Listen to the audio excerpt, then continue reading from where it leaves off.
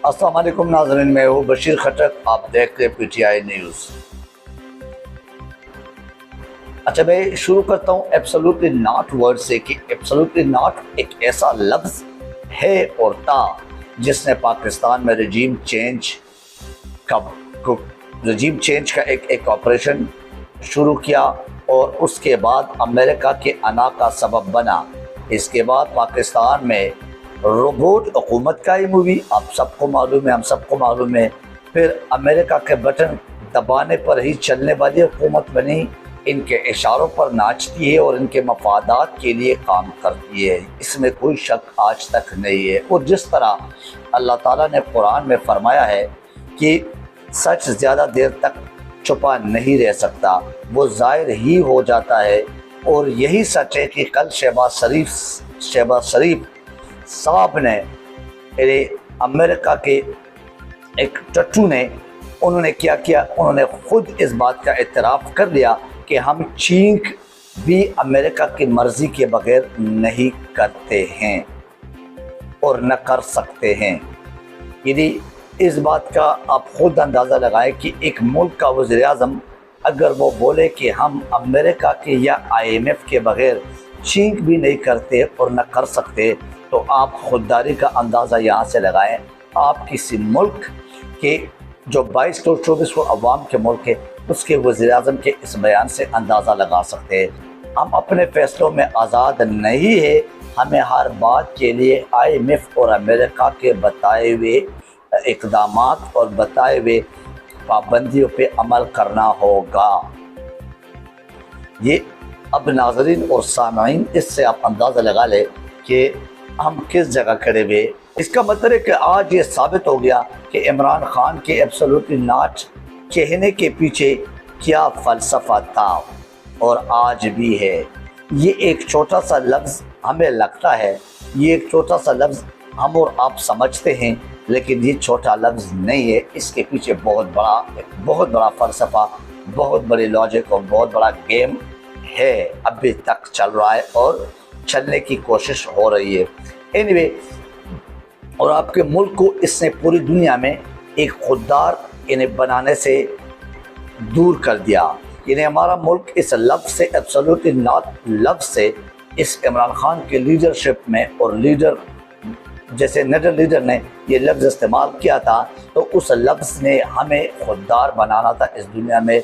लेकिन अनफॉर्चुनेटली इससे हम इस खुददारी से हमें दूर कर दिया गया एक साजिश के तहत। ये आपको गैरतमंद बना सकता था, ये आलम इस्लाम में खुसूसी और पूरी दुनिया में अमूमी तौर पर आपकी इज़्ज़त करा सकता था। और इसी की मिसालें अगर मैं आपको दे दूँ तो काबल, इसी की मिसालें फ़लस्तीन, इसी खुददारी के और गैरतमंद कौमों की मिसालें चीन। इन जैसे ममालिक को अगर आप देखें तो आपको खुद अंदाज़ा हो जाएगा कि उन्होंने अमेरिका की ग़ुलामी नहीं की, उन्होंने अमेरिका को आंखों में आंखें डालकर इमरान खान जैसे करता था उस तरह किए, और अमेरिका के साथ चलने का और अमेरिका से उनकी ग़ुलामी से, उनके अना से बचने के लिए ये वाहिद हाल था कि उनको आंखें दिखाना पड़ेगा। बहरहाल ये मैं आपको इसीलिए थोड़ा सा एक बैकग्राउंड बता रहा था कि इस एब्सोल्युटली नॉट के बिहाफ पर मैं आपको एक लीडर के कल के जलसे की तरफ जा रहा हूँ कि उन्होंने कल के जलसे में क्या कहा और कौन सी बातें ऐसी है जो उस एब्सोल्युटली नॉट ही के आज भी अवाम भूखे हैं। इसके बरक्स अगर आपके साथ ये भी अर्ज़ करूँ कि जो हुक्मरान हमारे ऊपर जो रोबोट की सूरत में हमारे ऊपर मुसल्लत किए गए और ज़बरदस्ती हमारे ऊपर बिठाए गए, क्योंकि अवाम की राय तो नहीं है इसमें, ये तो किसी इलेक्शन के थ्रू नहीं आए, ये किसी किस्म की जमहूरियत के तरीक़ेकार होते उस तरीक़ेकार पे आए नहीं है। तो इस चीज़ की वजह से हमें जो हुक्मरान बदकिस्मती से मिले हैं और आजकल हमारे ऊपर जो हुक्मरानी कर रहे हैं, इसने पाकिस्तान को इतना पीछे धकेला, इसने हम अवाम को इतना पीछे धकेला कि वाकई हम पाकिस्तानी जो है ना, हम बेकार ही रह गए हैं। और फिर ऊपर से अपने इक़दामात और अपने जो एक मिसाल है वो भी बेकारियों का कायम करते यही हुक्मरान। तो इन हुक्मरानों को आप ख़ुद आजकल सैलाब ज़दगान की मदद में भी देख सकते हैं, और उसके मिसाल भी मैं आपको दूंगा कि इसमें वो खुद बेकारी ज़हनियत के दुनिया को दिखाने के लिए अपने तमाम फरियाद, अपने तमाम वो चीज़ अवाम को का बहाना बना के, और तरक्की तो दूर की बात है, इंफ्रास्ट्रक्चर तक हम नहीं बना सकते, उससे भी दूर हो गए और है। अब हम इस स्टेज पर इकट्ठे हैं कि हम अगले साल तक किसी को एब्सोल्युटली नॉट कहने के पोजीशन में नहीं है, बल्कि हम हर वक्त दूसरों के इमदाद के मुंतज़र रहेंगे। जो आजकल आप देख रहे हैं हमारे मुल्क में, हर वक्त हम दूसरों को मुल्क दुश्मन और गद्दार कहकर और ख़ुद को मुहिब वतन साबित करने में लगे रहते हैं, लेकिन कभी ये नहीं सोचते कि हम ये बात किसके लिए कर रहे हैं और क्यों बोल रहे हैं और किसकी खुशी के लिए, किसकी इमा पर कर रहे हैं। अभी तो डिजिटल मीडिया का दौर है, डिजिटल मीडिया भी छोड़ दें, अब सोशल मीडिया का दौर है। हर शख्स के पास मोबाइल है, हर शख्स के पास लाइब्रेरी है, हर शख्स के पास गूगल है, हर शख्स के पास हर बंदे के बयान है, और हम जैसे लोगों के पास जो इन्फॉर्मेशन आते हैं वो हर एक शख्स के पास वो इन्फॉर्मेशन पहुँचे, तो हर बंदा अभी मीडिया बना हुआ है, तो आप किसको बेवकूफ़ बना रहे हैं। तो मैं ख़ास कर इस पीडीएम को और इस शहबाज शरीफ जैसे हुक्मरानों को एक पैगाम देना चाहता हूँ, एक मैसेज देना चाहता हूँ अपने इस व्लॉग के थ्रू कि ये शरीफ ख़ानदान थोड़ा सा सच बोलना शुरू करे, अवाम तब इनके ऊपर एतमाद करेंगे। अब अवाम को आप 1980-1970 के दहाई में ना समझे, अवाम अभी समझदार है, अवाम के पास अभी सारे मालूमात उनके हाथ में होते हैं, उनके मोबाइल में होते हैं, ताकि इस दुनिया के साथ थोड़ा सा इस दुनिया में उस दुनिया में भी आसानी उनके लिए हो जाए और सच बोलना शुरू करे। बकौल शहबाज शरीफ के कि इमरान खान इस मुल्क का बड़ा दुश्मन है, ये शहबाज शरीफ ने कहा कि इमरान खान इस मुल्क का बहुत बड़ा दुश्मन है, तो मैं उनसे अभी इसके जवाब में ये पूछना चाहता हूँ कि शहबाज शरीफ साहब थोड़ा सा लोगों को वजाहत भी देते इस बात के साथ कि इमरान खान की इस मुल्क से दुश्मनी क्या है, कौन सी ऐसी बात है जो आप साबित कर सकते हैं कि इमरान खान इस मुल्क का दुश्मन है, या सिर्फ अपने सियासत चमकाने के लिए इस किस्म के घिनौनी हरकतों से पास नहीं आते। पाकिस्तान की प्रॉपर्टी बेची इमरान खान ने, मुल्क के गरीब अवाम के पैसों से अपने बच्चों के लिए बिजनेस और फ्लैट्स बनवाएं, बाहर के मुल्कों में जाकर इलाज करवाएं, सरकारी दौरों पर पूरे टोलों को साथ लेके जा रहे हैं, या उनका जुर्म सिर्फ इतना है कि वे खुददार इंसान है। एक खुददार इंसान होने के नाते वो मुजरिम है कि वो झूठ नहीं बोलते अवाम को, ये उसकी जुर्म है। अवाम उनके साथ खड़े हुए, ये उसकी जुर्म है। वो हक और सच का आवाज़ उठाते, ये उसकी जुर्म है। ये उसकी जुर्म है कि उन्होंने दुनिया में पाकिस्तान का सर फख्र से बुलंद किया, उन्होंने ग्रीन पासपोर्ट की इज्जत बनाने की कोशिश की है, उन्होंने हमारे वक़ार बनाए हैं, हमारे इज्जत और वक़ार बनाए हैं, ये उसकी जुर्म है। उन्होंने पाकिस्तान के अवाम को बेदार किया, ये उसकी जुर्म है। उन्होंने वर्ल्ड कप जीता 92 में, ये उसकी जुर्म है। उन्होंने पाकिस्तान के अवाम के लिए शौकत खानम जैसे हॉस्पिटल बनाया जो कि दुनिया के नंबर 1 हॉस्पिटल है, ये उसकी जुर्म है। उन्होंने नमक यूनिवर्सिटी बनाई पाकिस्तानियों के लिए, ये उसकी जुर्म है। और सबसे बड़ा और अहम काम उन्होंने जो किया वो उम्मत मुस्लिमा इस्लाम का झंडा बुलंद किया। उम्मत मुस्लिमा में जाके अक़वाम मुत्तहिदा के सामने, बैरूनी मुल्क इसराइल के सामने, यूरोप कंट्रीज के सामने उन्होंने इस्लाम का झंडा बुलंद किया, ये उसका जुर्म है। हाँ, ये सारे अगर जुर्म है तो फिर ये जुर्म में हम भी उनके साथ शरीक है। ये जुर्म उनका है, हो सकता है आपके दिमाग में अगर ये जुर्म है, और अमेरिका के आंखों में आंखें डालकर एब्सोल्युटली नॉट कहा, ये उसका जुर्म है। पाकिस्तान की ज़मीन के लिए, पाकिस्तान की ज़मीन किसी और के जंग में इस्तेमाल नहीं करने का एक नर की तरह इनकार किया, ये उसका जुर्म है। अपने इदारों को स्ट्रॉन्ग करने की कोशिश की है, ये उसका जुर्म है। कानून और आइन की पासदारी करते, ये उसका जुर्म है। आपकी तरह 1100 अरब, आपकी तरह फ्लैट्स, आपकी तरह चोरी का माल, आपकी तरह इवन के सैलाब ज़दा इलाकों में जाके सैलाब ज़दगान के साथ भी मजाक उड़ाने वाले काम वो नहीं करते।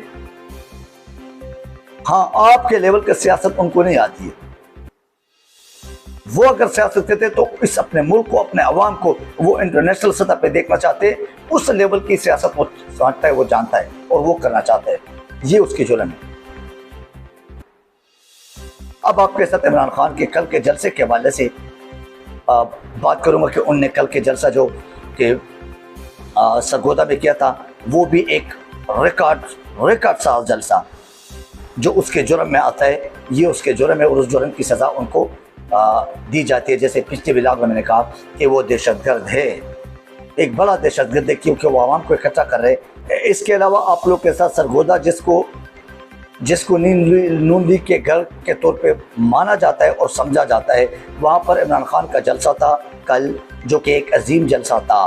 इन्हें जिसमें पाँव धरने की जगह नहीं थी, इसमें इमरान खान ने हुकूमत वक्त और इदारों को ख़बरदार करते हुए कहा कि मुझे दीवार से लगाने की कोशिश की तो मैं मज़ीद ख़तरनाक हो जाऊँगा, और ऐसा ना हो कि जो बंद कमरों में 4 लोगों की मीटिंग हुई थी, इस साजिश की जो रजीम चेंज की साजिश थी, इस हवाले से उसको मैं अवाम के सामने ला के रख दूँ। इसके अलावा उन्होंने मज़ीद ये भी कहा कि मेरे पास इस वक्त अवाम की इतनी ताकत है कि अगर मैं चाहूँ तो पूरे इस्लामाबाद को बंद करवा सकता हूँ, लेकिन मैं अपने मुल्क और अवाम के नुकसान नहीं पहुँचाना चाहता। मेरे हरगिज़ इस किस्म की सियासत, इस किस्म के अज़ाइम नहीं है। मरियम औरंगज़ेब ने कहा कि सैलाब को मुतासरीन की हालत ऐसी है कि उनसे मिलने के बाद नींद नहीं आती। बेशक ऐसा ही होगा, उनको नींद नहीं आती होगी, लेकिन तौफीक मेरे मुल्क में इस जैसे लीडर्स को और इन जैसे टाउट को और इन जैसे गीदर टाइप के सियासी लोगों को ये तौफीक नहीं हुई कि, या किसी जर्नल लेवल के लोगों को तौफीक नहीं हुई, या किसी ब्यूरोक्रेट लेवल के लोगों को तकलीफ में वो ये तौफीक नहीं हुई कि वो बरसर इक़्तिदार होने के बावजूद भी, इतने अच्छे खासी कमाई और सेटलमेंट के बावजूद भी, जुमलों तक लफाजी हमदर्दी तो अवाम के साथ ज़रूर है, इस सलफ़ज़ादान के साथ ज़रूर है, लेकिन किसी किस्म का कोई अभी तक इनकी तरफ से कोई इन मुतासरीन की मदद करने के लिए इमदाद का कोई आज तक अपने जेब से, अपनी तजूरियों से ऐलान नहीं हुआ। ये आज तक अल्लाह ताला ने इनके ऊपर इस किस्म का कोई फजल नहीं किया, इस फजल से नहीं नवाजा। बस हम इमदाद के लिए सिर्फ बेकारी बन सकते हैं और वो और ममालिक को दिखा के कि वो ज़्यादा से ज़्यादा पैसे भेजें और इमदाद के लिए हमारे पास चीज़ें भेजें और हमारी मदद करें। हम उनमें से 70% अपना कमीशन अपने जेबों में, अपने बैंकों में और इंग्लैंड और अमेरिका में जाके फ्लैट्स खरीदे और अवाम को फिर 30% दिखा के 30% दे के हम अवाम को बेवकूफ़ बनाते रहे, जैसे आज तक बना रहे। तो सलफ़ज़ादान के लिए आज तक मरियम नवाज़ हो, मरियम औरंगज़ेब हो, राना सनाउल्लाह, ये शहबाज या न्यूट्रल्स में से या ब्यूरोक्रेसी में से किसने क्या ऐलान किया है कि वो अपने जेब से, अपने घर से, पाकिस्तान के अवाम के पैसों पे जो तनख्वाह ले रहे उससे नहीं, अपने जेबों से, अपने बैंकों से, अपने जो आज तक कार है पाकिस्तान को, उन पैसों से कोई मदद का ऐलान अभी तक नहीं हुआ और उसके इंतज़ार में है हम। मैं अपने इस व्लॉग के आखिर में ये कहना चाहता हूँ मरियम नवाज़ को मुखातिब होके कि वो अपने ख़जाने में मुतासरीन के लिए 40 से 50 करोड़ नहीं दे सकते, तो वो मॉडलिंग के लिए भी उनको मुतासरीन के पास जाने की ज़रूरत नहीं है। जो नवाज शरीफ की नुमाइंदगी पूरी यूरोप मुल्क के सेंस में और उनकी इमा पर कर रही है और सारे वज़ीर-ए-आज़म वाले मराहत ले रही है, तो क्या वो खैरात के नाम पर अपने इन गरीब अवाम को कुछ मिलियन बिलियन नहीं दे सकती कि नहीं? वो सिर्फ मॉडलिंग कराने मुतासरीन के पास और उनका मजाक उड़ाने के लिए आते हैं, उनके ज़ख्मों पे नमक चढ़ाने के लिए और चढ़काने के लिए आती है। और साथ ही अपने जो है किसी ब्रांड के कपड़े पहन के इमरान खान की कॉपी करते हुए, ब्लैक सूट पहन के, क्योंकि इमरान खान जलसों में जाते हैं, इमरान खान ख़ास जगह पे जाते हैं तो ब्लैक सूट पहनता है, तो ये उसकी वो एक नकल उतारती हुई, क्योंकि नकल के लिए भी अकल चाहिए, लेकिन ये अकल से पाक है सारे, अपने लेज़ और स्लैंटी वगैरह के पैकेट और जूस लेकर मुतासरीन की इमदाद के लिए जाती है उन इलाकों में। फिर गाड़ी में बैठ के ही जो ना, या गाड़ी से वैसे एक तस्वीर खींचने के लिए, सिर्फ वीडियो क्लिप बनाने के लिए अपने टाउट मीडिया के सामने आके और उनको उन मुतासरीन के एक गम में, दुख में इजाफा करने के लिए जाती है। तो इस तरह जाने से तो बेहतर अपना जाए। लेकिन वो मॉडलिंग पे कौन करेंगे अगर आप वहाँ ना जाएं।